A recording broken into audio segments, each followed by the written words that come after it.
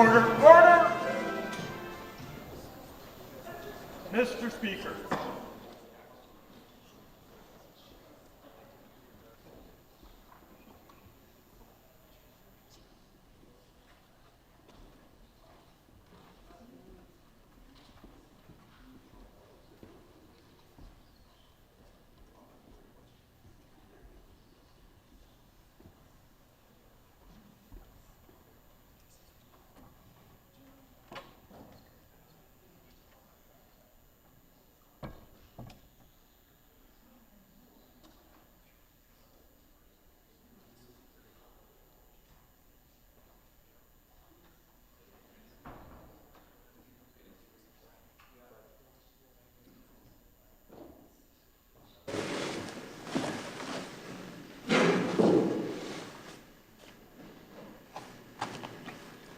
Present us, O Lord, in all our doings with thy most gracious favor, and further us with thy continued help, that in all our works begun, continued, and ended in thee, we may glorify thy holy name, and finally, by thy mercy, attain everlasting life. Amen. I would like to welcome all our guests in the galleries today. I just would like to caution you not to take part in any of the proceedings that's anything verbal or including clapping. Also, I'd just like to remind everyone that there's going to be at 1:55, there's going to be a SASC alert system test, so try to shut your device off, or if they go off, we'll work through it.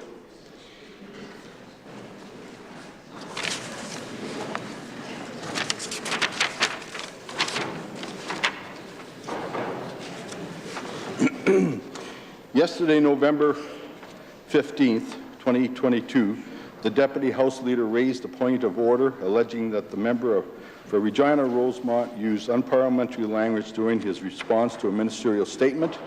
The Opposition House Leader requested I review the record. I have done so, and I'm prepared to make my ruling. A very similar comment by the member from Regina Rosemont was the subject of a ruling by Speaker Doherty on March 11th, 2020. Speaker Doherty found a similar expression by the same member to be unparliamentary. The member's comments that relate to the government ripping off nuns and filling the pockets of those connected to the government insinuated that members of the government had acted in an unethical manner. As members know, remarks which question a member's integrity, honesty, or character are out of order. Once again, the comments used by the member from Regina Rosemont went too far. For that reason, I find the point of order well taken. I would ask the member for Regina Rosemont to rise, withdraw the remark, and again apologize for a statement. I recognize the member from Regina Rosemont. Mr. Speaker, I withdraw and apologize.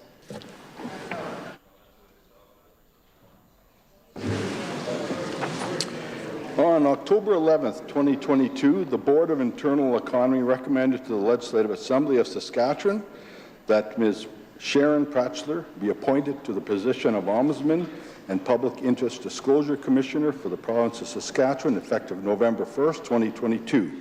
Joining us today in the Speaker's Gallery are Ms. Pratchler and members of her family, friends, and staff from her office. All members are invited to join me at a come-and-go welcome reception for Ms. Pratchler this afternoon in the Saskatchewan Gallery from 3 to 4:30 p.m. I ask that all members please join me in welcoming Ms. Pratchler and her guests to the Legislative Assembly.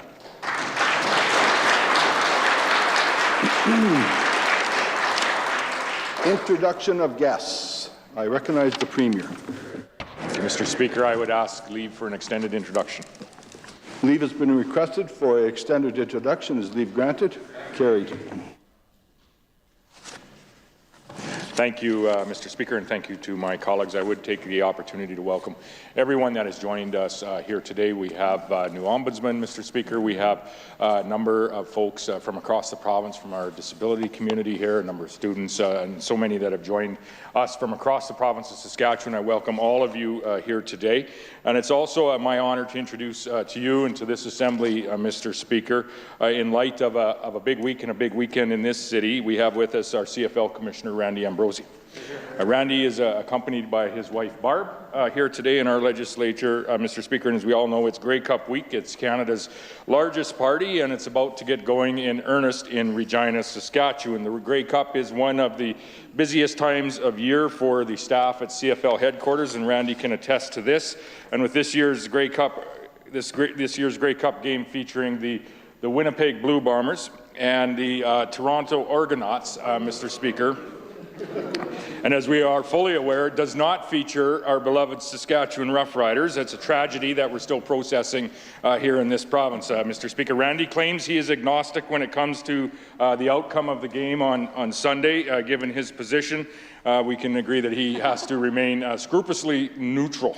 But it would be understandable, Mr. Speaker, if Mr. Ambrosi was somewhat conflicted. As you know, he was born and raised in the community of Winnipeg. He went on, cheered for the Bombers as a young boy. The Riders were just over here, Mr. Speaker. But way back when Don Jonas was handing the ball off to Minnie Mac Heron, Mr. Speaker, Randy went on to play at the University of Manitoba. He earned all-Canadian honours as an offensive lineman and then on to the CFL, where he had a stop in Toronto, playing with the Toronto Argonauts as well, Mr. Speaker. So the commissioner for the CFL does have connections to both teams here. He was had an outstanding career playing in the CFL from 1985 to 1993. In addition to the Argos, as we're all too aware in this room, Mr. Speaker, he played for the Evil Empire, which is also known now as the Edmonton Elks. Mr. Speaker, there are members in this Assembly who quite frankly resent Randy's involvement in both of those Alberta teams, as he played with the Stampeders as well. But if the member from Regina Gardner Park is willing to let bygones be bygones, Mr. Speaker, I think I would put forward that we all should be able to do that. Mr. Speaker, Randy was named the CFL Commissioner in 2017, and he'll be the first to tell you that he could not do his job as Commissioner without the support of his wife Barb, as well as their two daughters. Randy has steered the league through some very challenging times, in particular over the course of the last two and a half years.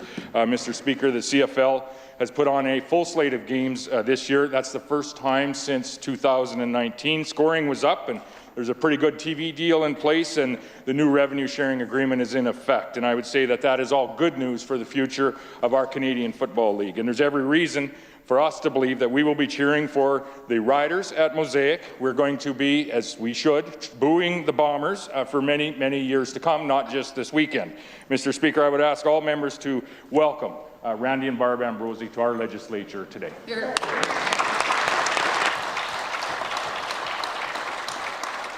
Recognize a member from Saskatoon-Mewasan. Thank you, Mr. Speaker. To you and through you and to all members, I'd like to join with the Premier in welcoming Randy Ambrosi and his wife Barb, the CFL Commissioner, to his Legislative Assembly as the official opposition critic for parks, culture, and sport. Mr. Speaker, there is no other place in Saskatchewan where you'll find more dedicated fans to football. I have many in my family. I am excited to attend my very first game at Mosaic Stadium. I have to say it was quite something to drive into Regina for the first time and see that magnificent stadium. Very excited. And I just also want to say quickly a huge thank you to all the organizers, the Grey Cup Committee. No one knows how to put on a better party than the folks at Mosaic Stadium and here in Regina. So welcome to your Legislative Assembly. Hear, hear. Recognize the Minister of Social Services. Mr. Speaker, I request leave for an extended introduction. Minister has requested leave for an extended introduction. Is leave granted? Carried.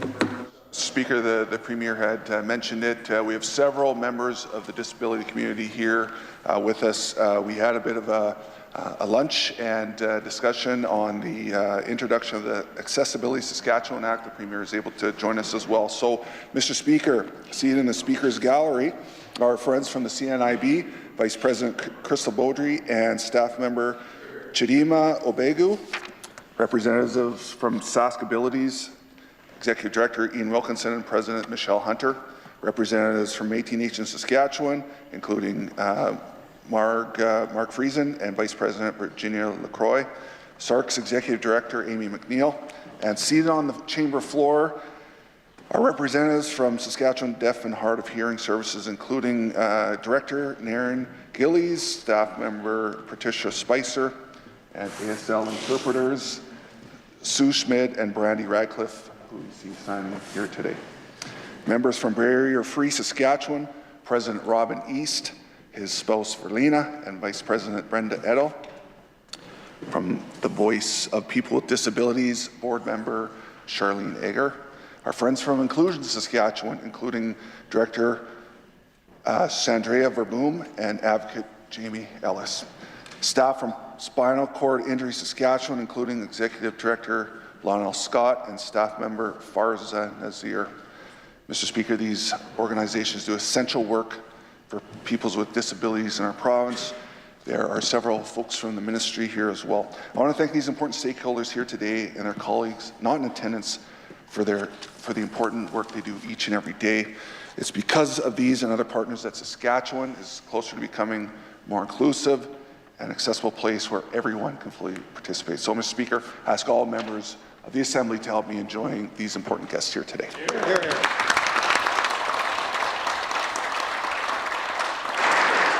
I recognize the Opposition Deputy Leader. Thank you very much, Mr. Speaker. I'd like to join in with the minister opposite in welcoming all of these accessibility advocates to their assembly here today. I expect this coincides with the second reading of the Accessibility Act.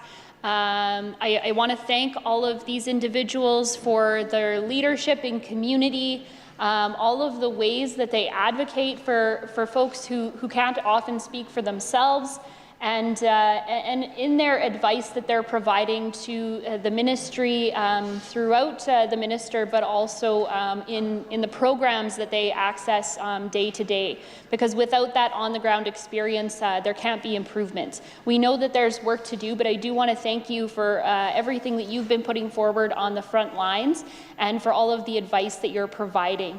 In particular, I want to say a special hello to Brenda Adele, who I worked with quite frequently on disability issues, and Naren Gillies, who we've spent quite a bit of time chatting on deaf and hard of hearing issues. But welcome to everyone here today, and on behalf of the official opposition. Thank you. Recognize Minister of Justice and Attorney General. Mr. Speaker, in the East Gallery, I would like to welcome guests from the Saskatchewan Realtors Association. With us today, Lane Bogain, Tim Otidiju, and Craig Adam. Mr. Speaker, I was pleased to proclaim this week as the first ever Realtors Week in Saskatchewan, and I thank these fine folks and their organization for all they do for the people of this province. Mr. Speaker, I would ask all members to join with me in welcoming them to their Legislative Assembly. Recognize the member from Regina Rosemont. Thank you, Mr. Speaker. I'd just like to join with the minister opposite to welcome Tim, Lane, and Craig to their assembly. These are very fine realtors in our community, in our city, in our province. Beyond that, they're real fine citizens, Mr. Speaker, and it's a pleasure to have them here today. I thank them for all their leadership in their profession, Mr. Speaker, and all their service within our community. Thank you, Mr. Speaker.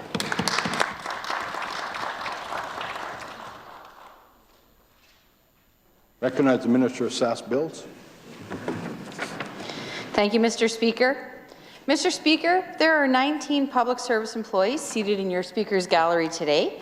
They're here today to take part in the parliamentary program for the public service.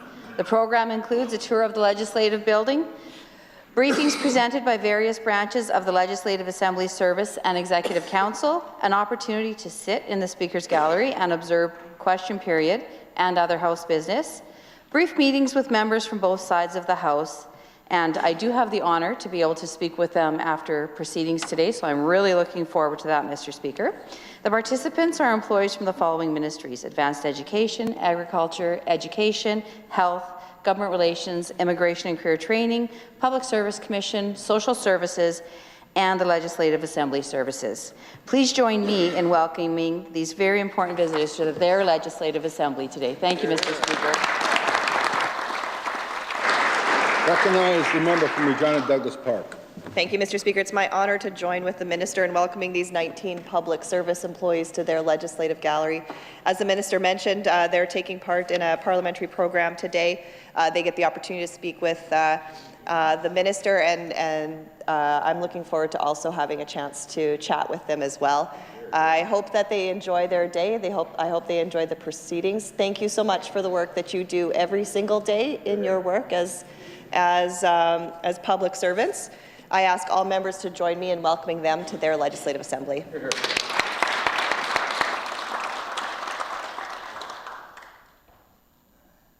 Recognize a member from Saskatoon Churchill Wildwood. Thank you, Mr. Speaker. To you and through you and to all members of this Assembly, I would like to introduce a constituent of mine, Harold Sakirka, who is sitting in your gallery today. I had the pleasure of meeting Harold when I spoke at an event in my constituency for Cosmo Industries last year, where a collaboration was announced between Harold and the Cans for Cosmo collection program operated by Cosmo Industries. Harold has been an entrepreneur and an inventor for the past 50 years. He is the president and founder of Best Way Recycling Consultants. His latest invention is the Quick Bag It system, and that features reusable, washable polycloth bags. These biodegradable bags can be reused hundreds of times and eliminate the dependency on the plastic bags, those plastic bags that take a long time to decompose and are damaging to our landfills and our environment. I want to thank Harold for his efforts to improve recycling in our province. A couple of things I want to mention about Harold. He is the longest surviving heart transplant patient in Canada. And he is also the father to Teresa Sakirka. She was the singer who was the Canadian Idol runner-up in 2004. So I ask all members to please join me in welcoming Harold to his Legislative Assembly.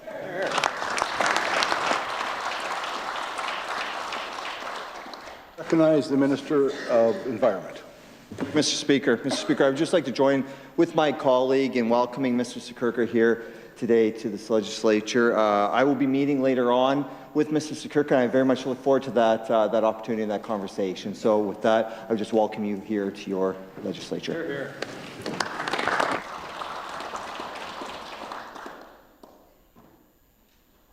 Recognize a member from Saskatoon Westview.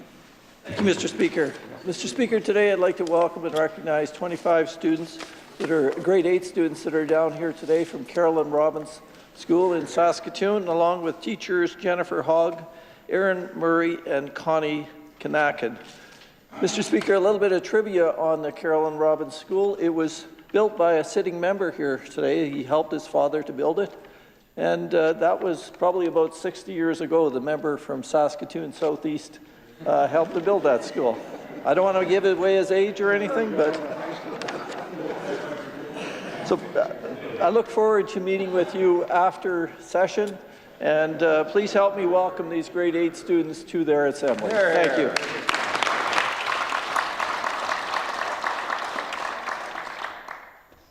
Recognize the member from Regina Rosemont. Thank you, Mr. Speaker. Seated in the West Gallery, I want to give a warm welcome to Jigar Patel, a real leader within this province, a real leader in the community, a business leader, Mr. Speaker, and a leader within the Gujarati Samaj of Saskatchewan. Mr. Speaker, a proud and growing and vibrant community, Mr. Speaker. It's always a pleasure to join with Jigar around community events. Most recently, we're out at Navratri, which was 4 days of dancing and gathering. The dancing would start at 10 o'clock at night, I think, or 9 o'clock at night, and then way past my bedtime all the way till 1 a.m. or so. Thousands of folks were in celebration, just as they would have as well in India, Mr. Speaker. I want to welcome my friend Jigar Patel to his assembly. Recognize a member from Regina Coronation Park. Thank you, Mr. Speaker. Sitting in the West Gallery, it's my pleasure to introduce two members of the Gujarati community. Thank you, the member opposite, for starting my introduction. Appreciate that. Mr. Jigar Patel, who's a businessman who has served Saskatchewan for the past 7 years. He's a past president of the Gujarati community and director of the Hindu temple. And joining him today is Mr. Ankar Shah, a businessman from India who is visiting. And it is our it is our pleasure to host you here, sir. So I'd like to thank both for their contributions to these communities. You've made Saskatchewan certainly better, and thank you for that. And I'd like to ask all members of this Assembly to join me in welcoming them to this legislature. Thanks so much. Recognize a member from Regina Northeast. Thank you, Mr. Speaker. I will also like to join my colleague in welcoming these two fine gentlemen sitting in the West Gallery. Jigar is a great volunteer in Gujarati community, organizing big events like Garba and organizing cricket tournaments, which I love to participate once in a while still. And Ankur Shah is visiting from India. His daughter is going to the University of Regina here. Hopefully, Ankur, you will make Saskatchewan your home as well. So please join me in welcoming these two fine gentlemen into this Assembly. Recognize a member from Calvington-Wadena. Thank you, Mr. Speaker. I always appreciate when you save the best for last. Mr. Speaker, very, very proud to introduce to the legislature today 29 grade 8 students from the wonderful community of Wadena. They're joined by teacher Angela Fielding and chaperone Kelsey Baczynski.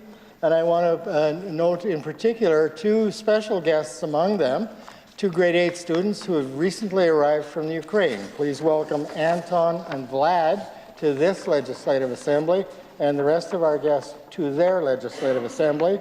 And I look forward to meeting with you after question period downstairs. Please welcome.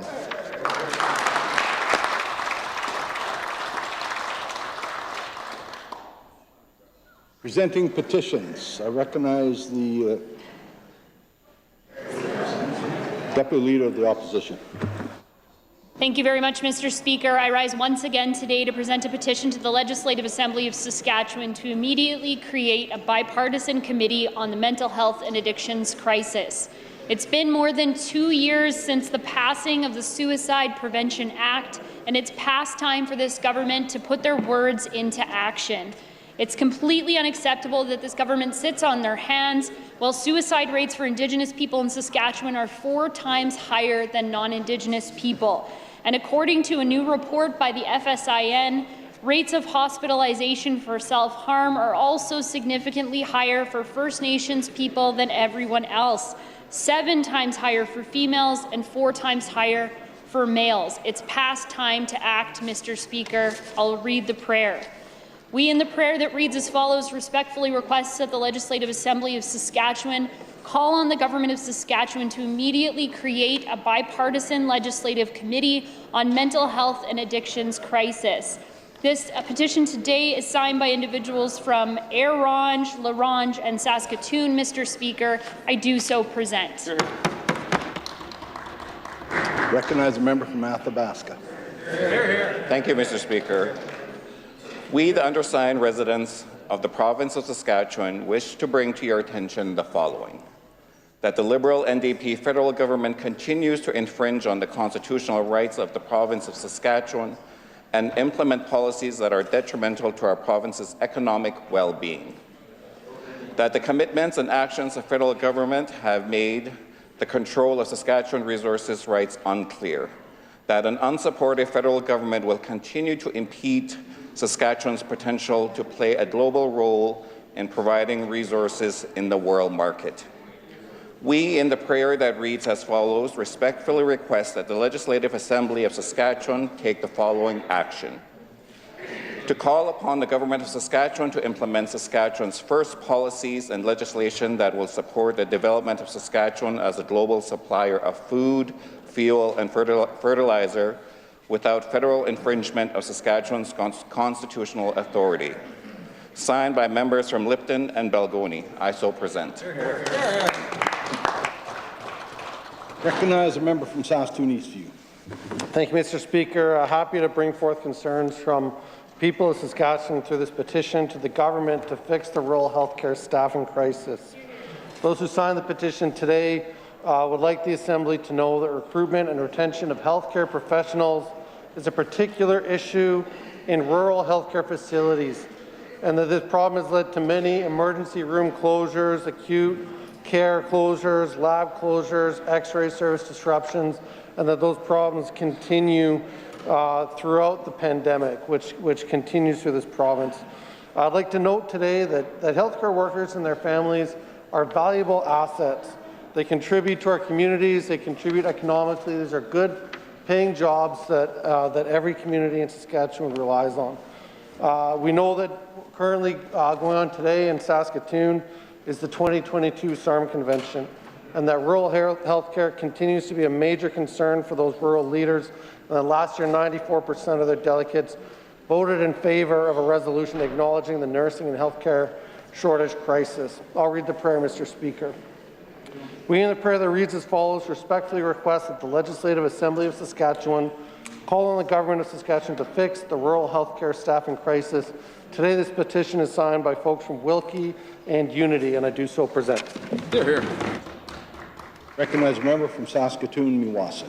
Thank you, Mr. Speaker. I rise today to present our petition calling on the Government of Saskatchewan to stop the closure of public liquor stores. Mr. Speaker, closing the public liquor stores is bad for competition, bad for affordability, and bad for jobs.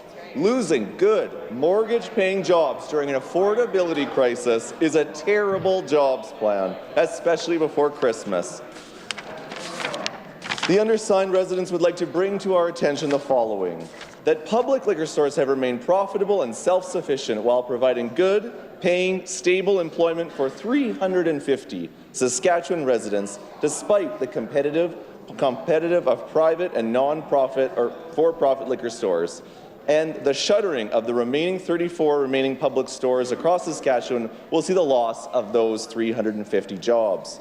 That revenue generated by public liquor stores helps to fund crucial public services such as healthcare, education, and highways. That income earned by employees in public liquor jobs is spent in Saskatchewan communities with taxes going back into the province's general revenue fund. I'll read the prayer. We in the prayer that reads as follows respectfully request that the Legislative Assembly of Saskatchewan call on the Government of Saskatchewan to immediately reverse the decision to close the remaining 34 public SLGA liquor stores. Thank you, Mr. Speaker. Reading and receiving petitions, statements by members. I recognize a member from Saskatoon, Churchill-Wildwood. Thank you, Mr. Speaker. On this day, should I go? On this day in this city in 1885, Louis Riel was executed by hanging. He was convicted of high treason for his role in leading the Northwest Rebellion. He fought and died for Métis rights and political recognition. Today is not only one of remembrance, but also a day to celebrate Riel, a hero and mentor who stood up for the Métis way of life and the federal government's encroachment on Métis lands. He established the first provisional government of Saskatchewan at Batoche on March 19, 1885. Mr. Speaker, Métis people across Canada were labelled as traitors, and for generations many felt the need to hide their Métis culture and heritage. My maternal great-grandmother, Rose de Lima Dagno, lived here in Regina and was a first cousin once removed to Louis Riel. She was one of those who did not disclose her Métis lineage. Mr. Speaker, despite this oppression, many Métis people found a way to preserve their customs and language and passed it on to current generations. My colleagues from Moose Jaw had the privilege to attend a flag-raising ceremony this morning at Sask Polytechnic and bring greetings. Mr. Speaker, I am proud of my Métis heritage. The strength of the Métis Nation today is a testament to the legacy Riel left behind and the courage, pride, and resilience of the Métis people. Thank you. Recognize the member from Cumberland. Mr. Speaker, today I rise to give a well-deserved congratulations to the Lac La Ronge Indian Band on the completion and grand opening of the Woodland Wellness Centre in La Ronge. With the growing need of mental health and wellness facilities, this centre will provide a service which is desperately needed in my riding. This facility has 24 beds and is operated by approximately 25 staff. With treatment available for families as well as individuals, they will be able to meet the needs of many people. I was happy to attend the grand opening of the Wellness Centre, which celebrated the much-needed project, and recognize the partnerships that made it a reality. I am so moved by the leadership in our community that made this happen. I'm also proud to be a part of a team in this Assembly who have always understood the need in the North for more mental health and addiction services. Mr. Speaker, I would ask all members to join me in congratulating the Lac Ronge Indian Band on the grand opening of their Woodland Wellness Centre. I thank you, Mr. Speaker. Recognize the member from Martensville-Warman. Thank you, Mr. Speaker. I'm very excited to recognize the grand opening of Saskability's two newest satellite programs in Saskatoon and Warman. Just a few weeks ago, I had the privilege of attending the opening on behalf of the Minister of Social Services and say a couple of words.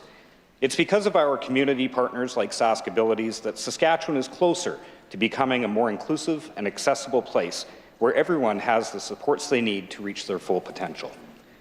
These partners are essential to giving people with accessibility issues a voice and ensure that they have agency and control over their lives. These new programs will help keep everyone in Warman and area, as well as Saskatoon, included in their communities. And Mr. Speaker, that's growth that works for everyone. I'd like to thank everyone involved in making this opening a success, and I'm very excited to see more individuals being included in our communities with accessible programming. Mr. Speaker, we're committed to our partnership with Saskabilities and to increasing inclusion for people with disabilities in Saskatchewan communities. We're all on a constant journey of ensuring our programs and services are person-centered, and that important work will continue for the benefit of all. On behalf of the Government of Saskatchewan, thank you to Saskabilities and everyone who works to make our province more accessible. Thank you, Mr. Speaker.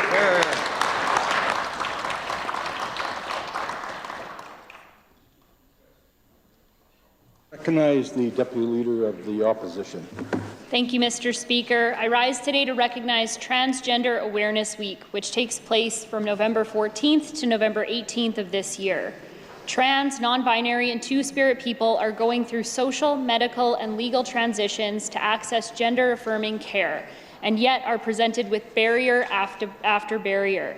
Just finding a family doctor that provides gender-affirming care is a significant barrier and often involves a referral process among community members. Other provinces, including BC and Ontario, have been stepping up to improve access. Trans and gender-diverse people are historically underserved when it comes to health care. They experience discrimination and systemic hurdles each day in our healthcare system.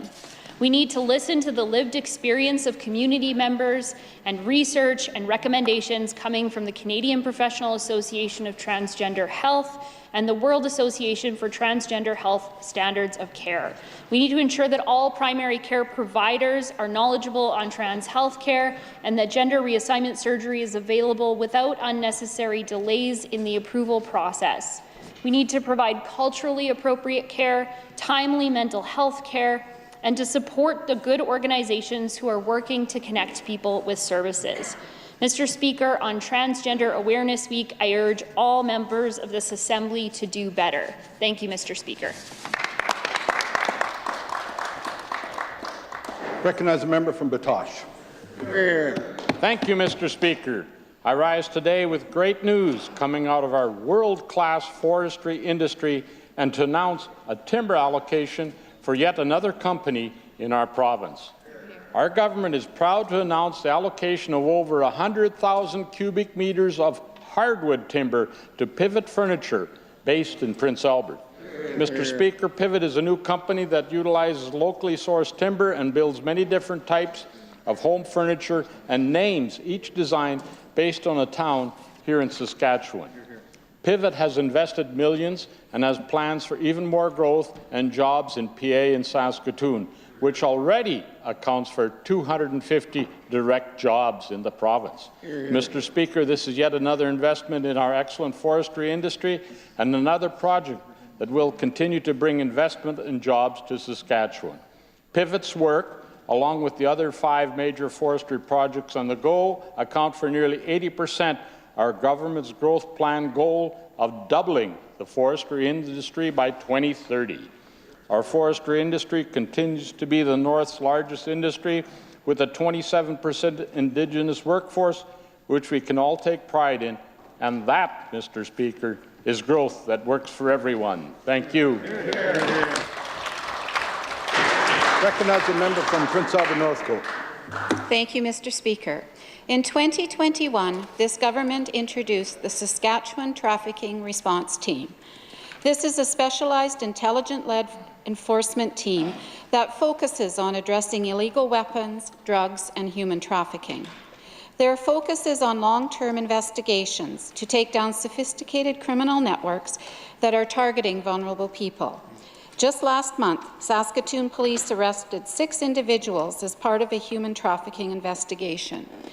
To further address this issue, our government has directly invested $150,000 into Hope Restored Canada to help individuals recovering from human trafficking.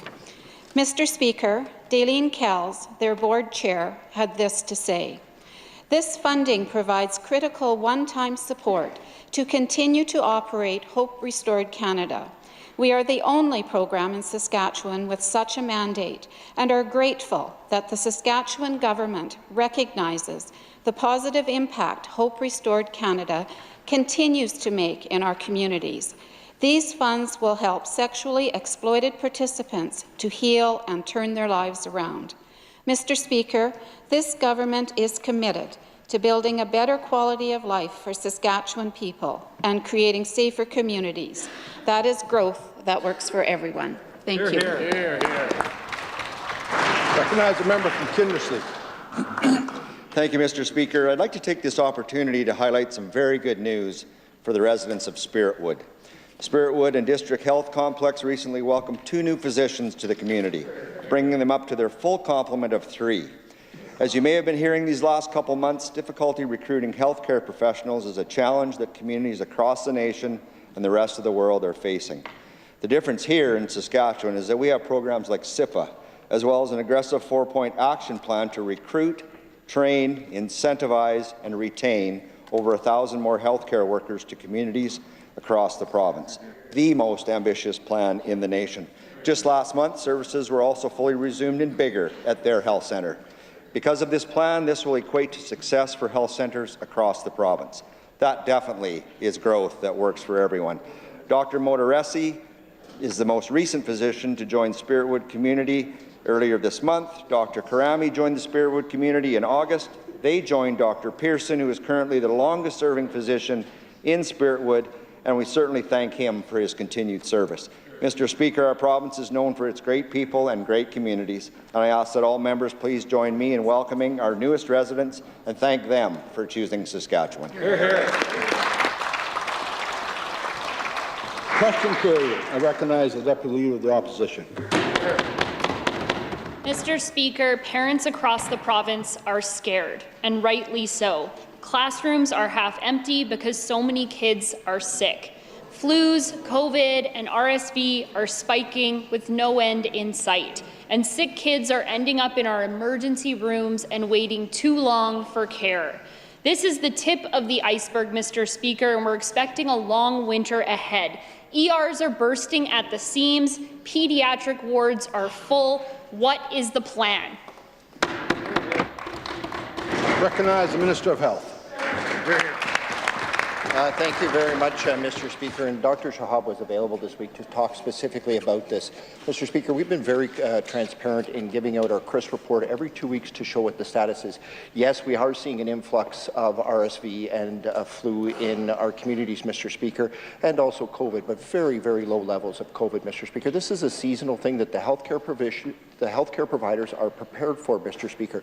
Our ERs are busy. What I would encourage anybody to do, if they do have a child that's sick or they're sick themselves, please call 811, get triaged by a nurse there, and find the appropriate care. Thank you, Mr. Speaker. Recognize the Deputy Leader of the Opposition. I'm not sure the minister knows the definition of transparent, Mr. Speaker. Today, we're joined by Jana Pratt. Earlier this week, her 4-year-old daughter, Dream, was taken by ambulance to the Regina General Hospital. Sadly, she's back in the ER again today. Dream has brain cancer and multiple tumors that result in seizures. On Monday, she was admitted to the pediatric ward when she got to the ER, but beds were full. They had to wait in the ER for 20 hours before she got a bed. She was supposed to be airlifted to Saskatoon, but they didn't have enough staff. And yesterday at the Children's Hospital in Saskatoon, kids were in makeshift beds made of chairs because they didn't have capacity. Does the Premier think it's acceptable for sick kids to wait almost a whole day before they get a hospital bed?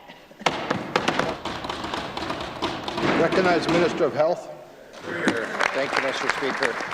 And I'd be more than happy to meet with Ms. Pratt after to be able to discuss the circumstances of her specific child. But as a parent, certainly, Mr. Speaker, I understand this. As a parent who has had a child that had seizures, Mr. Speaker, I understand this even better. This is a very important and serious situation, Mr. Speaker. But what I can say, Mr. Speaker, is what was said by Mrs. Dornstouter of the SHA this morning. She said on the John Gormley show, we are still receiving all of the children who need a bed. It's a bit of delay sometimes coming out of emergency, but most certainly every child is receiving a bed. Mr. Speaker, our healthcare system is challenged right now, but that's exactly why we've been able to work with our 4-point plan to be able to bring in, the member from Kindersley just highlighted some successes here, Mr. Speaker. We're trying to bring that support in, not only for our emergency rooms, but for our system across the board. Thank you, Mr. Speaker. Recognize the Deputy Leader of the Opposition. 20 hours is more than a bit of delay, Mr. Speaker. You know, Mr. Speaker, that Premier's predecessor used to have big plans on ER waits. 10 years ago, here's what his vision document promised. Quote, the government of Saskatchewan has committed to eliminate wait times in emergency rooms by 2017. ER waits gone by 2017. Here's what actually happened. This government watered down that promise year after year, and now the government doesn't have any plan whatsoever or any targets at all. And Dream's experience is the result. Wait times in emergency rooms that are out of control. What is the plan to ensure sick kids can get emergency care when they need it? Recognize the Minister of Health. Thank you very much, Mr. Speaker. We've been outlining our plan for several weeks, Mr. Speaker, starting back in September, actually starting all the way back in March with outlining budgetary dollars to be able to recruit more people. When the Minister of Rural and Remote and myself traveled across the province, what we heard consistently, Mr. Speaker, is we need more people. We are bringing in more people. We have 130 more doctors that have come in the last 13 months, Mr. Speaker. We're recruiting more nurses across. We're leading the first Canadian province to go to the Philippines to be able to recruit people to bring them back here to be able to help out the healthcare workers that have carried us for the last 2 months. Last 2 years. Mr. Speaker, we also have 150 more nurses in our post-secondary education. Mr. Speaker, we're working on this. We have successes. We've had major successes in rural Saskatchewan, Mr. Speaker. There's still some more work to do on this, but we're getting there, Mr. Speaker. Thank you. Recognize Deputy Leader of the Opposition. 20 hours waiting for a bed, Mr. Speaker. It's not working. Another mom wanted to be here today to advocate for her sick kid, but she's not here because she's used up all her sick leave from work driving around to find children's Tylenol, Mr. Speaker. She had this to say, quote, my 4-year-old daughter has asked why her little brother is crying, and I have to explain to her that I'm not able to get him medicine. I have to hope that the last bit of Advil can be stretched through and help long enough to find more. This is a crisis of public health, which sends countless children to what she calls overcrowded, underfunded hospitals just to control a fever. Why has this government done nothing to help families scrambling to find medicine for their sick kids?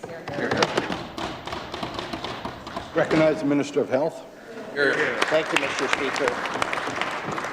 And Mr. Speaker, there obviously is a national shortage of some of the children's medication, certainly for colds, and we recognize that, Mr. Speaker. I have reached out to the minister, the federal minister, Minister Duclos, directly on this to be able to see if there are options, Mr. Speaker. Can we get some, because I've been told, Mr. Speaker, that this is a labeling issue. I've been asking if we can get some English-only labels in this province, Mr. Speaker, to be able to meet the needs of the Saskatchewan people. Mr. Speaker, we're going to be joined by other provinces also asking for that, to be able to say that having an English-only medication is better than having no medication. Mr. Speaker, we're going to continue to work with the federal government. They have assured us that they will have a 3-month supply on the ground in our province within the next 2 weeks, but we've asked for this as an interim measure. Thank you, Mr. Speaker. Recognize the Deputy Leader of the Opposition.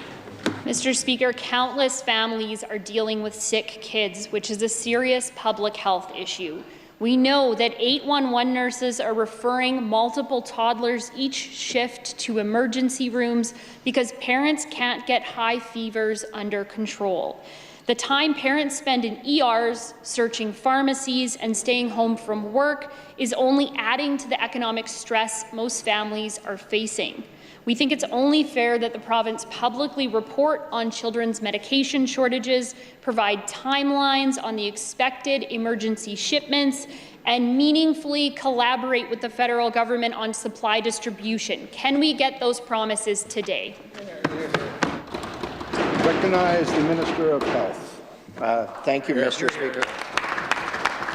As I outlined, we are writing a letter. We are going to reach out to the federal minister to see if we can get a supply here that has just the English only. Not ideal, Mr. Speaker, but we'll take what we can get right now, and we would appreciate anything that the federal government could be able to do that. I'd ask the members opposite if they could reach out to their federal counterparts and support this to be able to get that important medication on the ground.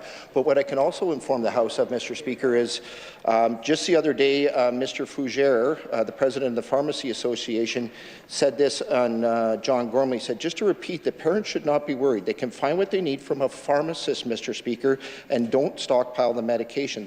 Leave those for other people that have the same problem that you have, and we'll get through this together. That's some very sage advice, Mr. Speaker. I would encourage people to go in, talk to their pharmacist to see if there are other options to be able to knock those fevers down. Thank you, Mr. Speaker. Recognize a member from Saskatoon Eastview. Mr. Speaker, does the minister think it's okay to force seniors in their 90s to move out of their homes because of his government's failure to plan? Recognize the Minister of Seniors. Hear, hear. Thank you, Mr. Speaker. I assume that the member opposite is referring to the move of residents from Emmanuel Villa. Mr. Speaker, we recognize that it's always difficult for seniors and older adults when a move is required from a facility to another facility. Mr. Speaker, in this particular instance, Emmanuel Villa was contracted by the SHA to provide long-term care spaces on a temporary basis to meet the immediate need for long-term care beds in the city of Regina back in about 2019, 2020. As a result of the closure of a significant portion of the beds at Regina Pioneer Village. Mr. Speaker, this was done on a temporary basis, and we're trying to make sure that the residents and their families that are being needed to be moved, that we're making that as easy and seamless as possible for those residents. Thank you, Mr. Speaker. Hear, hear. Recognize the member from Saskatoon Eastview. I assure you, Mr. Speaker, it has not been easy, and it has not been seamless. This government sat on their hands for years as Pioneer Village crumbled. This government solution pilot project placed seniors in both Emmanuel Villa and Brightwater. These seniors have settled in, they've spent years in their new home, but they're now being displaced from Emmanuel Villa because this government is changing course and creating chaos for families. One senior was put in a taxi cab and sent to Lumsden. The people who built this province deserve better. Will the minister commit to grandfathering all seniors currently living at Emmanuel Villa? Will he do the right thing and allow these seniors to stay in their home? Here. Recognize the minister responsible for seniors. Thank you, Mr. Speaker. As I said earlier, we're trying to make this as easy as possible for the residents and their families. Mr. Speaker, when the RFP was posted in 2019, it said very clearly, and I quote, the SHA is interested in implementation of a short-term 2-year field test for community-based long-term care services with an option to extend for 1 additional year for up to 100 beds in personal care home environments, Mr. Speaker. Now, since that point in time, in the summer of 2021, the Government of Saskatchewan announced announced the initiative to add 600 more long-term care beds in the city of Regina. A number of those are specialized beds that will be delivered by the SHA, and the remainder of the beds be the standard long-term care beds. Mr. Speaker, we're adding more long-term bed capacity in the city of Regina, and we're well underway with that particular project. The RFP for that project closed earlier this fall. Submissions are being reviewed, and there will be decisions made in fairly short order. Thank you, Mr. Speaker. Hear, hear. Recognize a member from Saskatoon Eastview. Mr. Speaker, that minister wants evidence of his failed leadership. I suggest he look up in the gallery at the nearly 40 individuals who are here today. These are nurses, these are doctors, these are caregivers, and these are family members.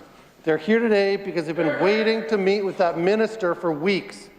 They had a meeting set and he canceled it just hours before.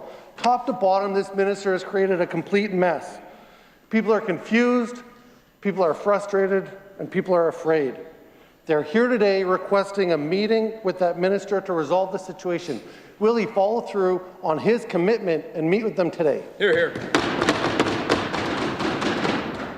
I'd like to remind the person in the gallery not to shout out. It's just not acceptable.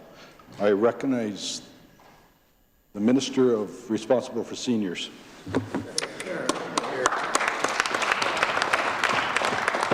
Thank you, Mr. Speaker, and I welcome the guests to the gallery today. I'd be pleased to meet with the residents and their families after a question period and the proceedings are done here today to discuss this further. Mr. Speaker, the contract with Emmanuel Villa is between the SHA and Emmanuel Villa. I will ask that officials from the SHA also attempt to be present here today as well to answer perhaps some of the more specific questions around the contract between Emmanuel Villa and the SHA.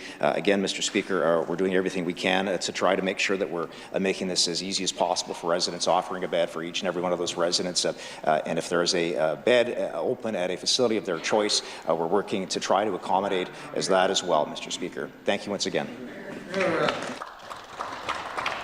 Recognize the member from Regina Rosemont. Mr. Speaker, those families up there, those workers, have been begging and asking for a meeting for weeks. It should not take coming to this assembly to finally be granted that meeting. Mr. Speaker, inflation numbers are out and they confirm what we already know. Life is getting more and more expensive for Saskatchewan people. Year over year, Saskatchewan's inflation rate is up 8%, higher than the national average, and month over month the increase was the largest among all provinces. But instead of making life more affordable, that Sask Party government is actually making life more expensive, making things worse through their new taxes, fee and tax hikes, and jacking up power and heat bills as we head into winter.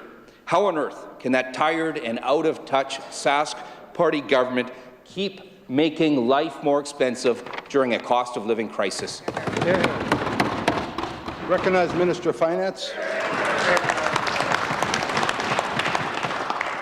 Mr. Speaker, the member opposite is well aware there's a number of measures, over $2 billion of measures within this budget and each and every budget as we go forward to make life more affordable for individuals and families within our province.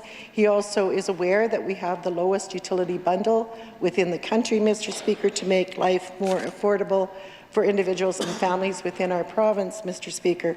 What he is in denial of is, quite frankly, what's making life far more expensive for individuals and families within our province is the carbon tax, Mr. Speaker, because it puts the price up on everything. It puts the price up on food, it puts the price up on fuel, it puts the price up on construction, it puts the price up on absolutely everything, and those members opposite are silent on what that is doing to affect individuals and families within our province. Recognize the member from Regina Rosemont. Mr. Speaker, that minister knows full well that we've been clear with our concerns around the carbon tax. That's right. Mr. Speaker, we've been pushing for real solutions to make life more affordable, scrapping power and energy rates and hiking up taxes, imposing new taxes at this time. We've been calling as well here, Mr. Speaker, for relief at the pumps, and as well as of including the cost of kids in the affordability rebate. And yesterday we called for an investigation into the sky-high and unfair food prices in grocery stores. Yet again, the Sask Party government chose inaction instead of working to make life more affordable.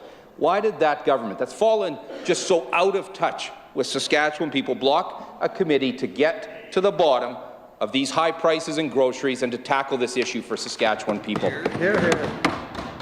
Recognize the Minister of Agriculture. Thank you, Mr. Speaker. And as I said yesterday, and I will repeat for the member opposite again, Mr. Speaker, when we look at the cost of production of food, it's really related to the carbon tax. Every farmer, every rancher is paying carbon tax on every piece of product that not only comes onto his farm, but also goes out of his farm, Mr. Speaker. He delivers his grain to a terminal. That terminal is paying carbon tax on all their energy use that they use in that facility as well. It's loaded onto a train. It's transported. That rail company is paying carbon tax on the fuel that they deliver to. It's delivered to a mill. That mill is paying carbon tax on all the power utilities they're using.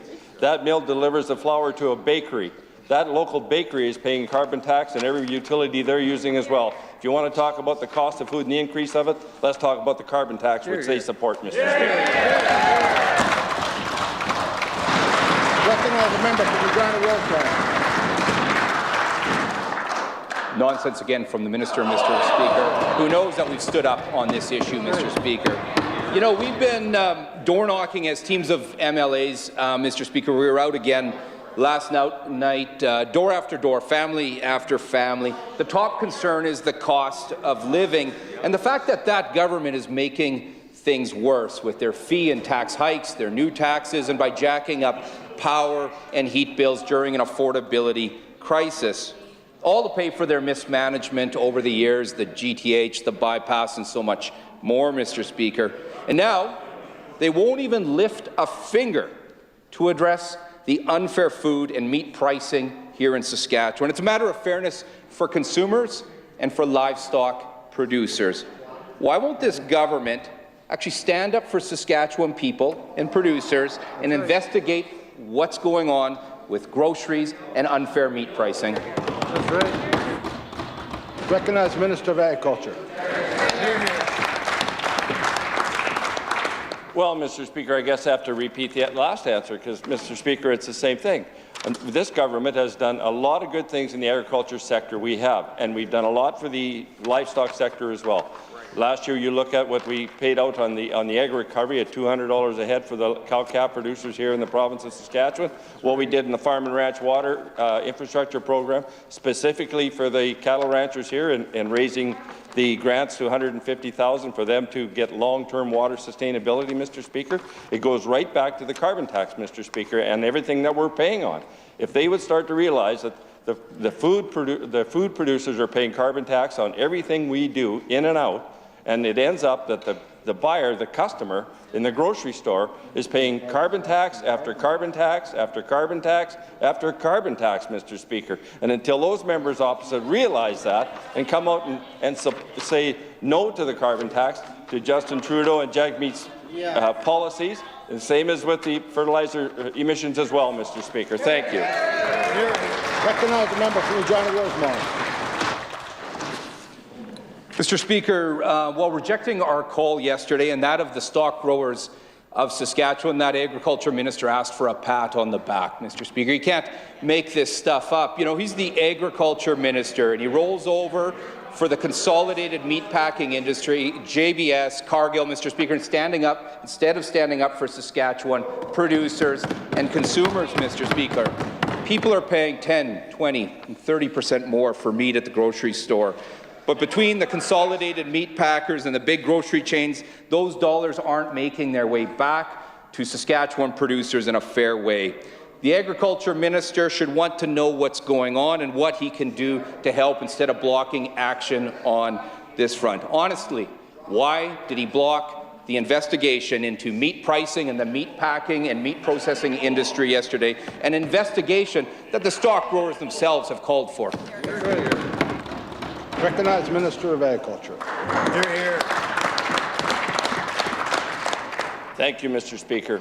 The member opposite, if you listened to the question period yesterday, answered that question well, Mr. Speaker. The Government of Saskatchewan, the Ministry of Agriculture, co-funded, along with the stock growers of this province, to look at alternative uses if there's an opportunity to expand the meatpacking industry here in the province of Saskatchewan. We help fund that, Mr. Speaker. We also have a great incentive package for value-added processing here in the province of Saskatchewan. We've given every opportunity for the private sector to come in and look at the investment side and look at the business model that makes sense, Mr. Speaker. Mr. Speaker, the members opposite have to realize how much carbon tax the farmers and ranchers in this province are actually paying. And until they realize that and accept it and come out and flat out say they do not support the carbon tax set up and supported by their federal leader, Jagmeet Singh and Justin Trudeau, Mr. Speaker, they're not speaking for farmers and ranchers in this province. We are. Recognized member from Regina Douglas Park. Mr. Speaker, year after year, Saskatchewan leads the nation in intimate partner violence. Too many women in the province are forced to flee their homes with their children in tow. And when they do, when they risk everything to start their lives over, they find a glaring lack of support from this Sask Party government, who offer no operational funding to second-stage shelters. Will the Sask Party government finally commit to operational funding for second-stage shelters today? Recognize the Minister of Justice and Attorney General. Mr. Speaker. Mr. Speaker, I'm going to quote from the member of Regina Lakeview, only because I thought it was a very interesting point. She said in 2016, what I suggest is funding shelters is very, very important, but only if we try to address this issue by funding shelters, we will never be able to build enough shelters. We will never be able to build enough shelters. We need to address root causes, Mr. Speaker, end of quote. Mr. Speaker, when it comes to those root causes, we announced yesterday the funding for Hope Restored, which addresses human trafficking, and our announcement there will offer crucial supports, work with them to support victims of trafficking. Mr. Speaker, keep in mind on this issue of second stage housing. I mean, typically second stage housing in that 12 to 18 month time frame isn't independent of emergency shelter services. So the key is finding those connections, Mr. Speaker. Okay. Recognize the member from Regina Douglas Park. Ask is for operational funding to help address these root causes. The ask is not for capital funding. You'd think the minister would understand this file at this point. We've asked this question so many times. You'd also think, Mr. Speaker, that since this government invited a convicted wife killer, Colin Thatcher, to the legislature and defended that decision for 5 days, Mr. Speaker, that they would want to save a little face and do something good. So let me ask this question one more time. Will this Sask Party government provide operational funding for second-stage shelters today? Recognize the Minister of Justice and Attorney General. Thank you, Mr. Speaker. And the member opposite referenced second-stage housing and the funding we do. Of course, the government does fund second-stage housing. There are currently 5 second-stage houses in Saskatchewan, 2 YWCA long-term stay shelters. Mr. Speaker, this isn't a silos conversation. These services are interconnected. And again, I referenced the members opposite. They have made thoughtful points. The member for Regina Elphinstone said, unblinded briefly perhaps by partisanship, I think many of the resources that we are pouring into the system could actually just be rerouted. It wouldn't even be a question of putting more dollars on the table. And we appreciate this acknowledgement, Mr. Speaker, of the investments this government has made, $25 million. We have tried to invest wisely. These are always taxpayers' dollars, Mr. Speaker. We've worked with organizations that are committed and have proven track records at delivering these services, Hope Restored, most recently, Mr. Speaker. And we are committed, and that commitment continues.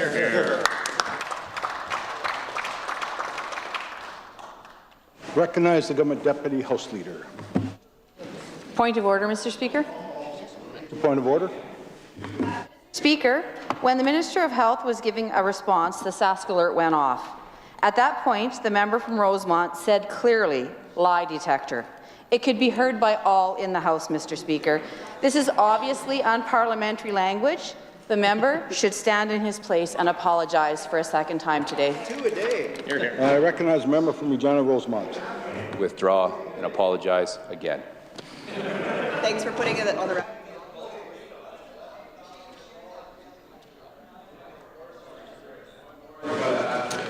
Ministerial statements.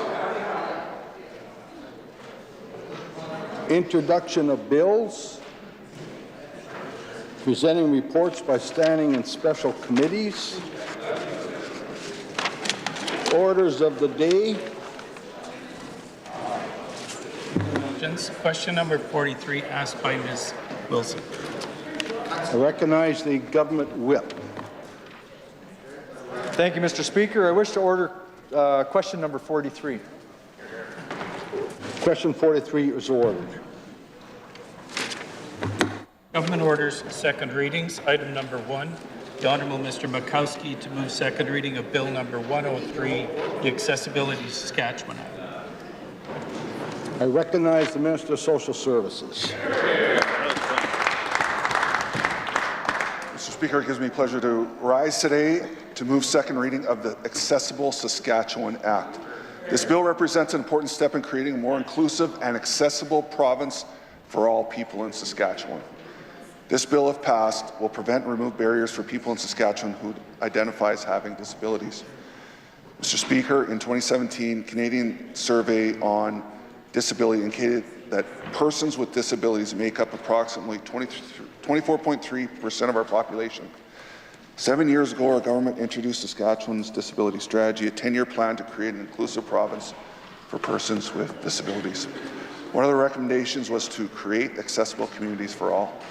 In the 2019 throne speech, we committed to consulting with Saskatchewan residents on accessibility legislation. Later that same year, we committed to introducing this new legislation, Saskatchewan's Grow Plan, because we understand that accessibility and inclusivity are key to growing our province's future for everyone. In February of 2021, we engaged with the public and the disability community on what the Act should look like. Mr. Speaker, I'm pleased to provide some of the highlights in this proposed legislation. The government of Saskatchewan will take the lead. The proposed legislation will apply to government first, including rolling out an accessibility plan for how government will remove and prevent barriers that persons with disabilities experience when they interact with government.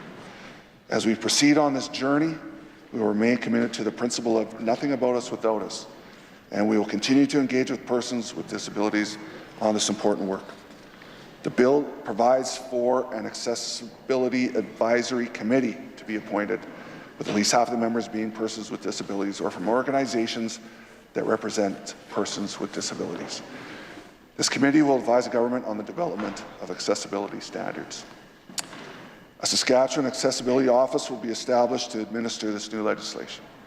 One of the office's primary responsibilities will be to increase public awareness and understanding of the new legislation and its aim to remove barriers for Saskatchewan people. In this bill, we propose to formally recognize sign languages as the main form of communication for persons who are deaf. This recognition promotes the inclusion of the deaf community and recognizes their unique culture. We understand that it's critical to show accountability on this important work. An annual report will be published on the actions taken to implement the new legislation. Mr. Speaker, the Accessible Saskatchewan Act will allow government to create accessible standards through regulations in the following areas in the future: the built environment, information and communications, employment, transportation, service animals, procurement, and service delivery. This will take time, but it's important we do this work properly. The Accessible Saskatchewan Act will be enabling legislation that will complement and fill gaps in existing legislation. It's not intended to duplicate any existing pieces of legislation, and it will build on the requirements in the Saskatchewan Human Rights Code. Our government will continue to engage with the public, persons with disabilities, and the private sector to develop these standards. Mr. Speaker, we're working to create a Saskatchewan where persons with disabilities can fully participate, because a strong province is one where everyone's included. So, Mr. Speaker, I now move second reading of the Accessible Saskatchewan Act. Thank you.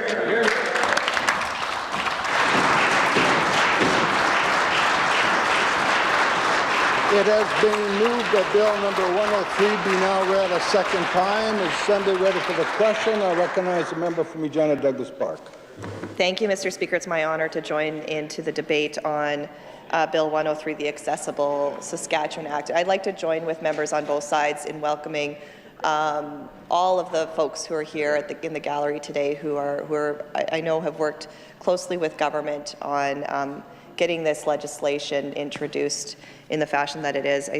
We all know that it's very important to have an accessible and inclusive province, and there's so much work that needs to be done to make that the case in Saskatchewan. I particularly wanted to note and thank the committees and the groups for all of the work that they've been doing in this area over the past several years. And I particularly wanted to note that when the minister mentioned recognizing sign language as an official language, I noticed how moving that was to those in the gallery and how important that is to those in the community.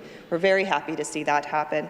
I know that our critic, the member for Regina Elphinstone, will be doing work reaching out to the community to get their feedback on the bill, hear their thoughts about the legislation. I encourage anyone who has thoughts on the bill to reach out to our critic, the member for Regina Elphinstone, to allow her to continue to do that good work and allow others to join in on the debate on later days. I am prepared now to move to adjourn debate on Bill 103. Thank you.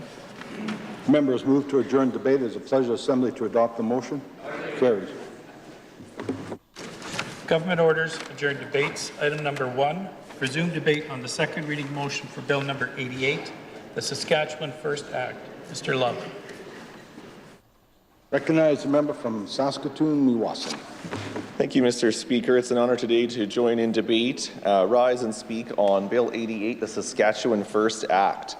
The Saskatchewan First Act is essentially the product of the Premier's summer separation tour.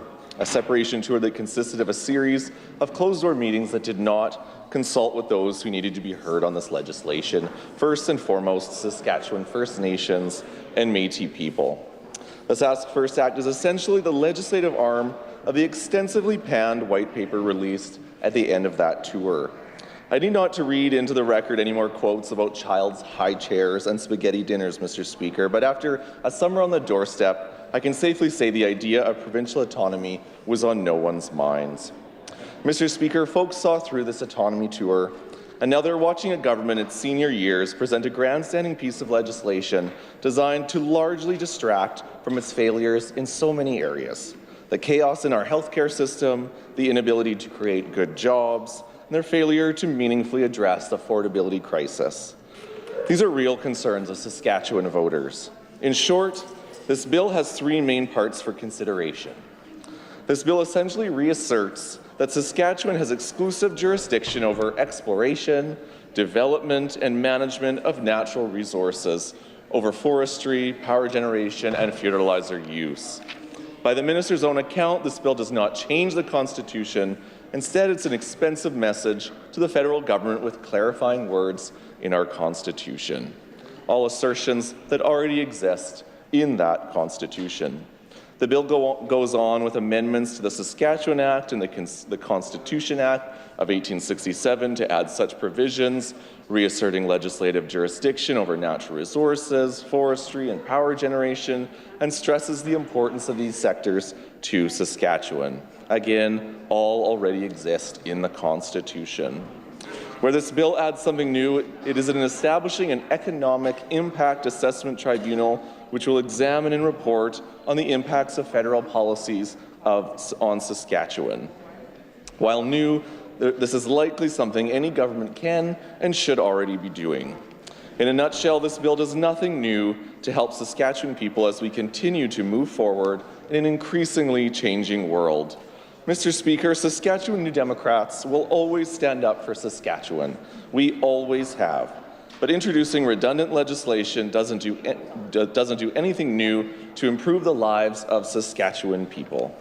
Right now, the people of Saskatchewan are living through a generational affordability crisis. They are frustrated by the government's lack of action on this front. This tired, out-of-touch government thinks that reasserting our already constitutionally protected resource rights will be the silver bullet on an affordability problem. In fact, when the opposition leader asked how they would address this, the Premier and his government explained that the Saskatchewan First Act would solve all problems on affordability. When asked how the government plans to address skyrocketing use of food banks by children, they fall back to Saskatchewan First. Sask First does nothing new for Saskatchewan people struggling through this crisis. Mr. Speaker, I would propose that if the government truly wanted to make a difference for Saskatchewan people, the first step this government could take would be to relieve affordability pressure by cancelling the 31 tax fees and hikes they brought in the last budget. The PST they've added on so many items. They could also cancel the rate hikes that have made power more expensive for everyone as we head into the winter months. They could renege on the disastrous changes to the CIS and SED programs, and they could house homeless folks in the thousands of empty Sask Housing Authority homes that sit vacant today. These would have tangible effects for the people of Saskatchewan. Mr. Speaker, I will echo my colleagues. Saskatchewan New Democrats have always stood up for the rights to resources in Saskatchewan. I will again remind the House that it was an NDP premier who secured these very rights to being reasserted in this legislation by being at the table. We will continue to stand up for Saskatchewan because, quite frankly, we need to be the adults in the room, at the table, making a case for this amazing province. And let's be very clear, Saskatchewan New Democrats will always stand up for Saskatchewan, no matter who is in power in Ottawa. But we will also get to work, be at the table, and get the best deal for the people of Saskatchewan. Mr. Speaker, another way this government could make real change, could really stand up for Saskatchewan, is by renewing the equalization lawsuit that the governing Saskatchewan Party dropped once their Conservative leader came into power. Mr. Speaker, where many of my questions land on this legislation are around the tribunal. That in my first reading of this legislation will do very little for the average Saskatchewan family struggling to make ends meet. It will do nothing to help parents find medicine for their kids. It will do nothing to delve into the issue of price gouging for consumers. Instead, it will likely be another cost expenditure for this tax and spend government. The biggest burning question is how much this tribunal will cost Saskatchewan residents, and they have a right to know. Lastly, Mr. Speaker, I will end my remarks by saying that Saskatchewan needs to take an all-of-the-above approach to energy development in our province. We live in a world that changes minute by minute, technology moving at breakneck speeds. Mr. Speaker, this government needs an energy plan for the 21st century that includes renewables alongside our plans for natural resource development. The people of Saskatchewan deserve a government that is working for them and working for their futures. Mr. Speaker, we will continue to consult with constitutional experts and impacted stakeholders on this legislation. I move to adjourn debate on Bill 88, the Saskatchewan First Act. The member has moved to adjourn debate. It is a pleasure assembly to adopt the motion. Carried. Government orders adjourn debates. Item number 2. Resume debate on the second reading motion for Bill number 94, the Public Pension and Benefits Administration Corporation Act. Ms. Young, Regina University. Recognize the member from Regina Douglas Park. Thank you, Mr. Speaker. It's my honor to rise and join in the debate on Bill number 94, a very important piece of legislation. I know there's a lot of work that's gone on behind the scenes with respect to these changes. I know a critic is reaching out and speaking with stakeholders about this bill and gathering feedback about the legislation. In order to facilitate the work that he's doing and allow others to enter into the debate on the bill, I'm prepared now to move to adjourn debate on Bill number 94. Member has moved to adjourn debate. It is a pleasure assembly to adopt the motion. Carried. Government orders adjourn debates. Item number 3. Resume debate on the second reading motion for Bill number 95, the Surface Rights Acquisition and Compensation Amendment Act 2022. Ms. Sarn. Recognize the member, the Deputy Leader of the Opposition. Thank you, Mr. Speaker. It's my pleasure to enter into debate today on Bill number 95, the Surface Rights Acquisition and Compensation Amendment Act.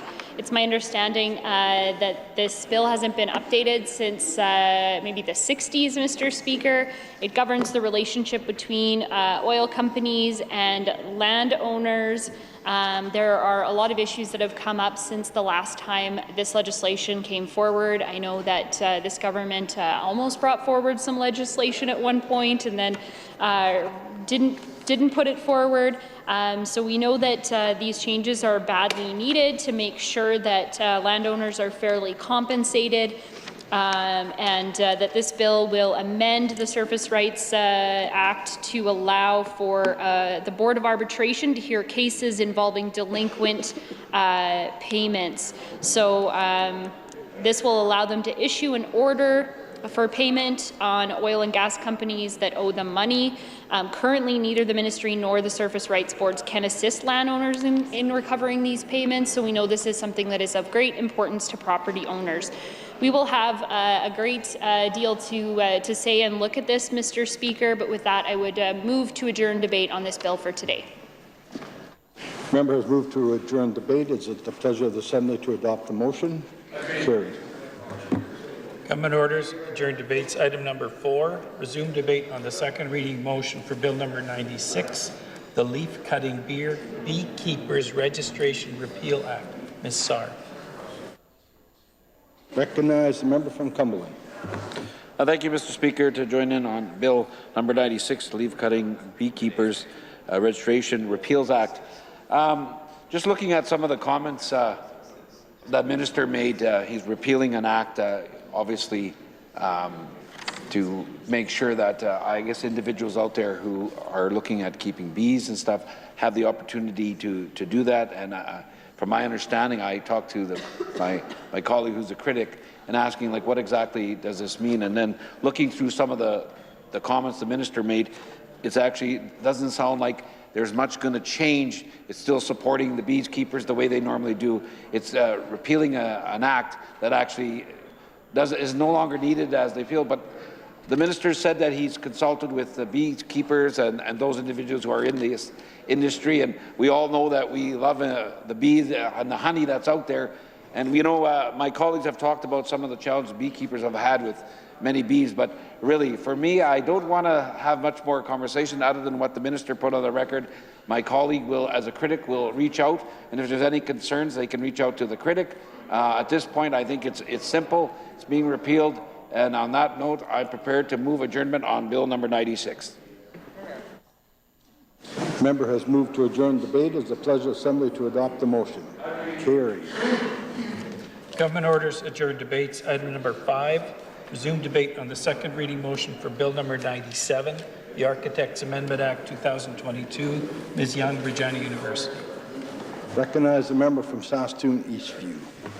Thank you, Mr. Speaker. Happy to put some comments on the record about Bill number 97, the Architects Amendment Act.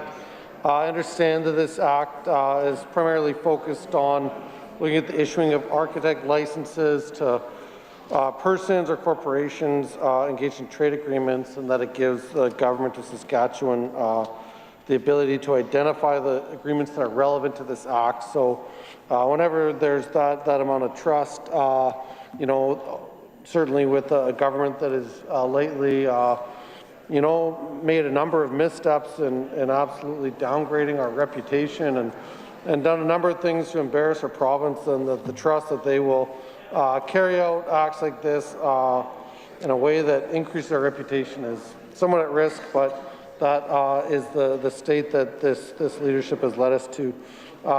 You know, in this, as far as this legislation goes, you know, I don't think that I'll put a lot on the record today. As well, I have an interest in houses and architecture. I don't think that necessarily qualifies me to bring expertise, but we'll continue to see this bill go through the process and ensure that consultation has taken place so that all the consequences, intended and unintended, have been explored, and that we get this right. But with that, Mr. Speaker, I'll conclude my comments and move that we adjourn debate on Bill 97. There is moved to adjourn debate. It is a pleasure of Assembly to adopt the motion. Carried.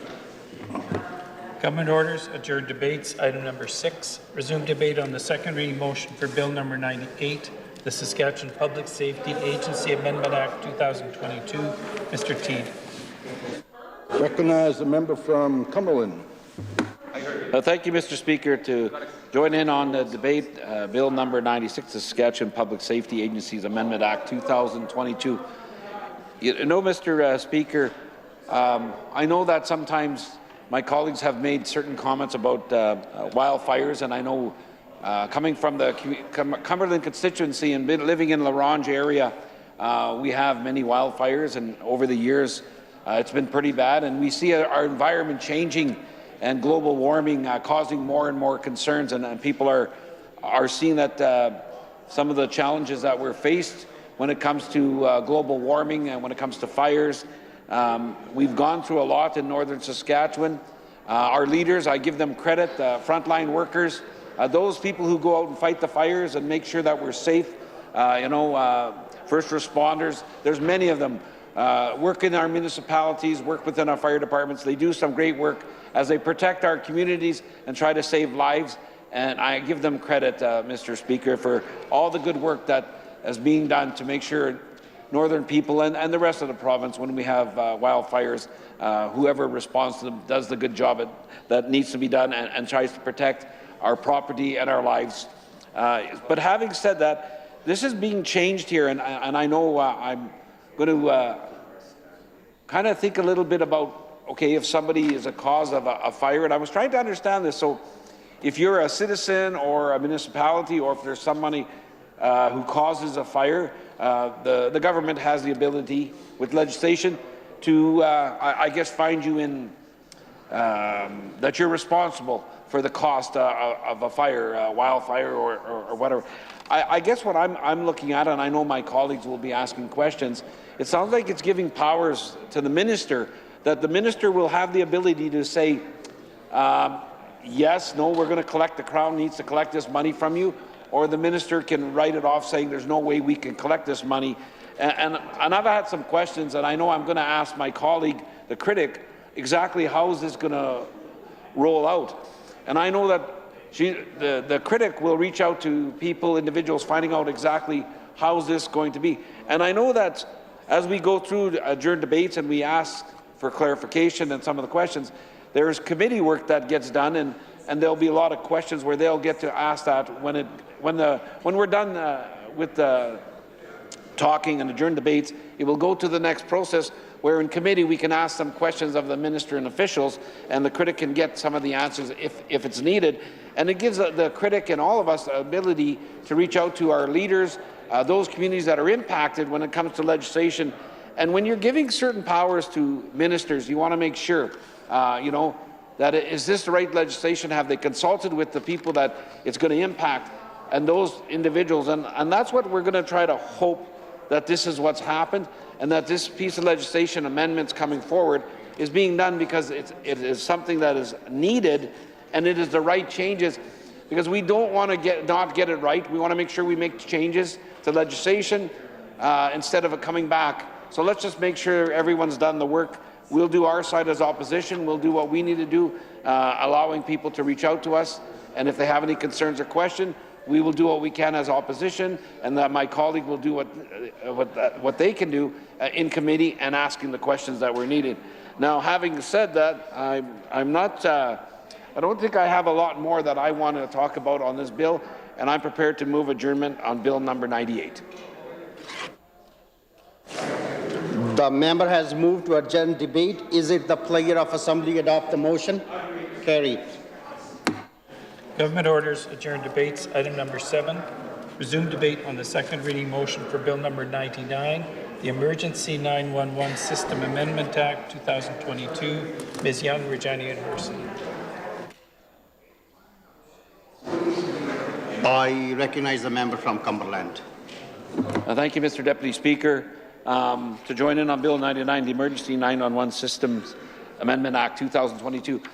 Initially, I was looking at this bill and some of the changes, and it's going from SaskTel used to collect the fees for 911 on your phone bills. I guess your mobile phones or your house phones, your business phone. There's a fee being charged for that service, and my understanding with that is it's being changed, proposed to be changed, that it will no longer, SaskTel will no longer collect those fees.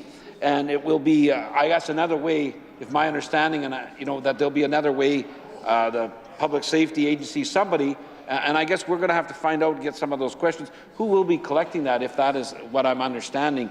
And sometimes, you look at some of the legislation, and you're not sure exactly how it is till you actually end up talking to the minister in committee and you work out those situations. And you can look at some of the comments that the minister will make in the second reading, and you can try to get a good understanding of that. But I noticed what I did notice in some of the second reading speeches in 2021.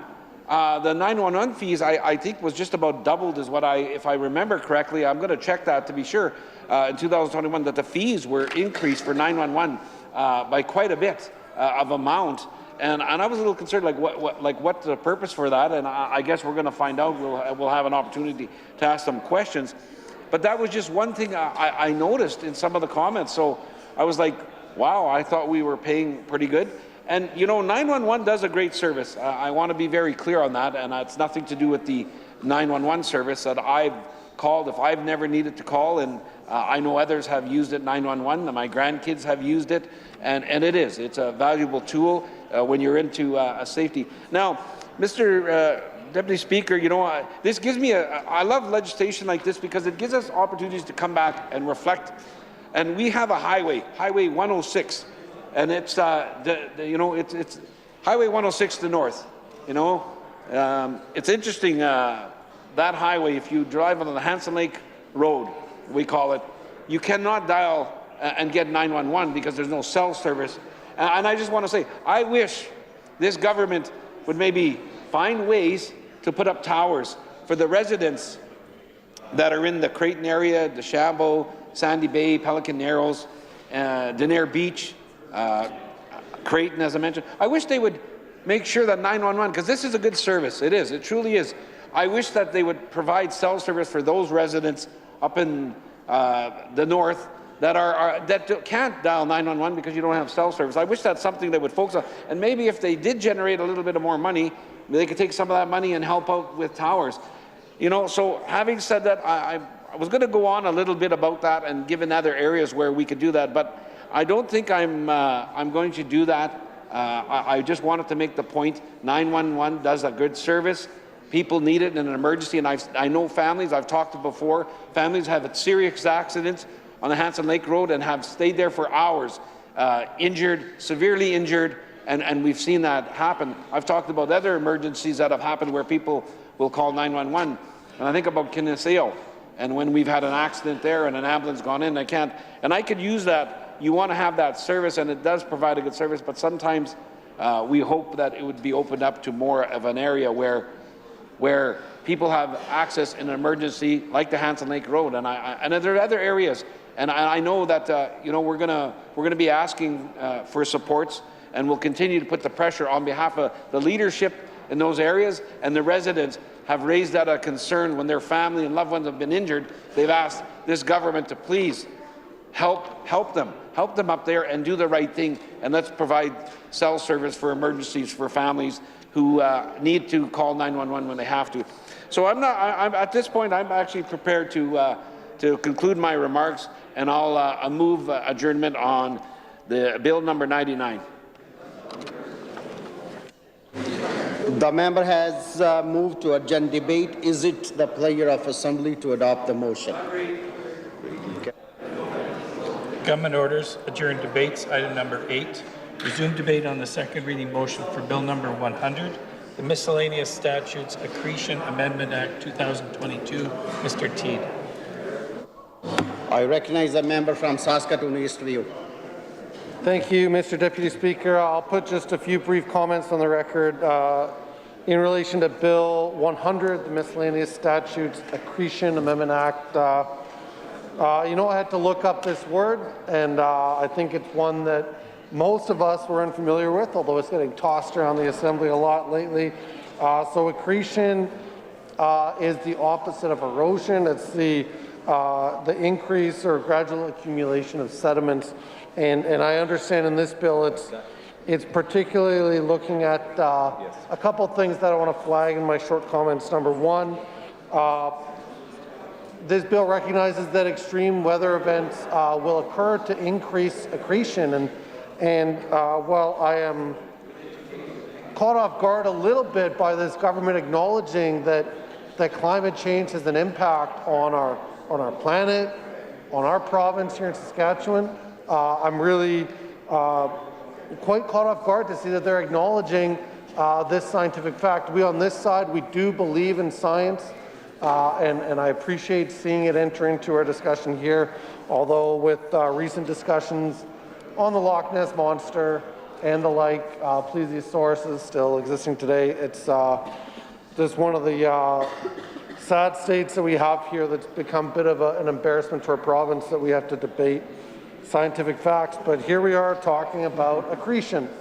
The other thing I wanted to flag was that this bill is requires me to trust that this government will respect its duty to consult when it comes to talking to Indigenous leaders. Certainly their recent track record with their white paper and the Saskatchewan First Act has called that into question, as First Nation and Métis leaders have been very vocal that they were not consulted, that they've not had a seat at the table in these discussions, and certainly that brings a lot of concern to me that they will respect their duty to consult and include discussions with those Indigenous leaders in Saskatchewan.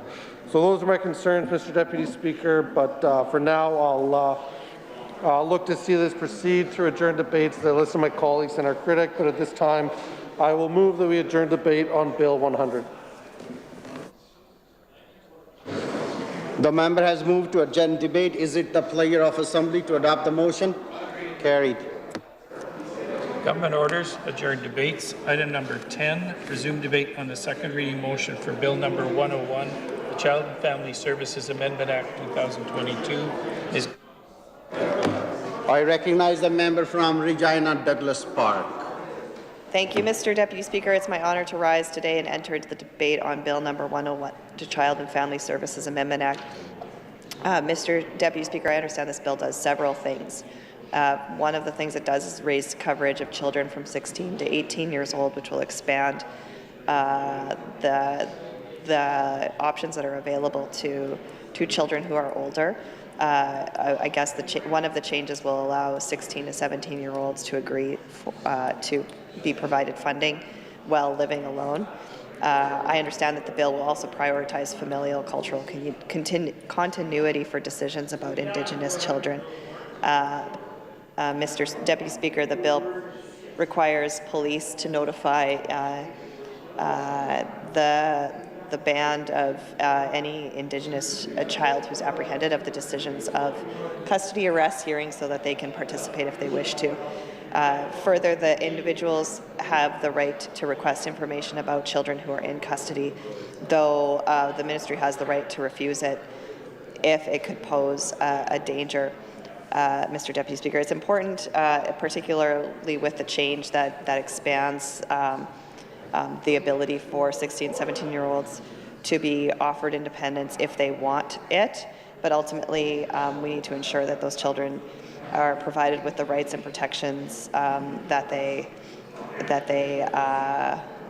deserve. I know my colleague, the member for Regina Elphinstone, is doing a lot of work reaching out to stakeholders and speaking to them about this piece of legislation. I encourage anyone who has interest in this bill to reach out to my colleague, the member for Regina Elphinstone, and reach out to her and provide feedback on this bill in order to facilitate that work. I am prepared now to move to adjourn debate on Bill number 101. The member has moved to adjourn debate. Is it the pleasure of Assembly to adopt the motion? Carried. Government orders, adjourned debates. Item number 9, resume debate on the second reading motion for Bill number 102, the Constitutional Questions Amendment Act 2022. Ms. Conway. I recognize the member from Regina Rosemont. Thank you, Mr. Speaker. Here's the heckling from the way back in the benches of the SAS party over there, and I know what that squeak is, Mr. Speaker. It's not a mouse in the back corner there. That's the member for Walsh Acres, Mr. Speaker. But it's good to see him in here, Mr. Speaker, and I like that. I like that member, Mr. Speaker, as a person. I could get along fine with him every day, but it's sure clear that he's sure offside with his constituents, Mr. Speaker, and the good people of this province that we're all supposed to be representing. But it's good to hear from him, Mr. Speaker, and I'd urge him to use that voice, Mr. Speaker, at that caucus table in the interest of his constituents and in this assembly, Mr. Speaker. Otherwise, you know, it's so rare that we hear him in here that, you know, the wall shakers Times will say he speaks if he has a member statement or something, Mr. Speaker, as a headline. But our duties go beyond delivering a member statement here and there, Mr. Speaker, that calls on all of us to rise above the political fray and represent the best interests of those that we serve. Mr. Speaker, with respect to Bill number 102, I'll be brief here today, Mr. Speaker. I know our Justice Critic is our lead on this front, and she's engaged with stakeholders, and we would invite impacted stakeholders to share their perspective and their insight directly with her, of course also with the Minister of Justice. We know that this makes an addition here that the Attorney General must be served notice of challenge to any law pertaining to the Sask Human Rights Code, not just the Constitution. Mr. Speaker, we'll see exactly how that plays out and how that will improve human rights for the people in our province. Mr. Speaker, sadly, we've been dealing with a situation and a government that's been evading accountability and failing to ensure human rights are being upheld in schools and colleges within our province. Mr. Speaker, the Human Rights Code is supposed to apply everywhere in Saskatchewan, Mr. Speaker, and it should apply everywhere. It certainly should be applying to any institution, organization that's receiving public funds. We hope that changes like this will allow this government to be in a better position to respond to human rights concerns, Mr. Speaker. But as I say, our critic will be leading the way for us on this front, and we'll be looking for any opportunity to improve this legislation, make sure it represents the best interests of Saskatchewan, and make sure that human rights are paramount everywhere in Saskatchewan. With that being said, Mr. Speaker, I'll adjourn debate with respect to Bill number 102. The member has moved to adjourn debate. Is it the pleasure of Assembly to adopt the motion? Carried. I recognize the Government House Leader. Thank you very much, Mr. Speaker. I move that this House do now adjourn. The Government House Leader moved to adjourn this House. Is it pleasure of Assembly to adopt the motion? This House stand adjourned until tomorrow 10 a.m.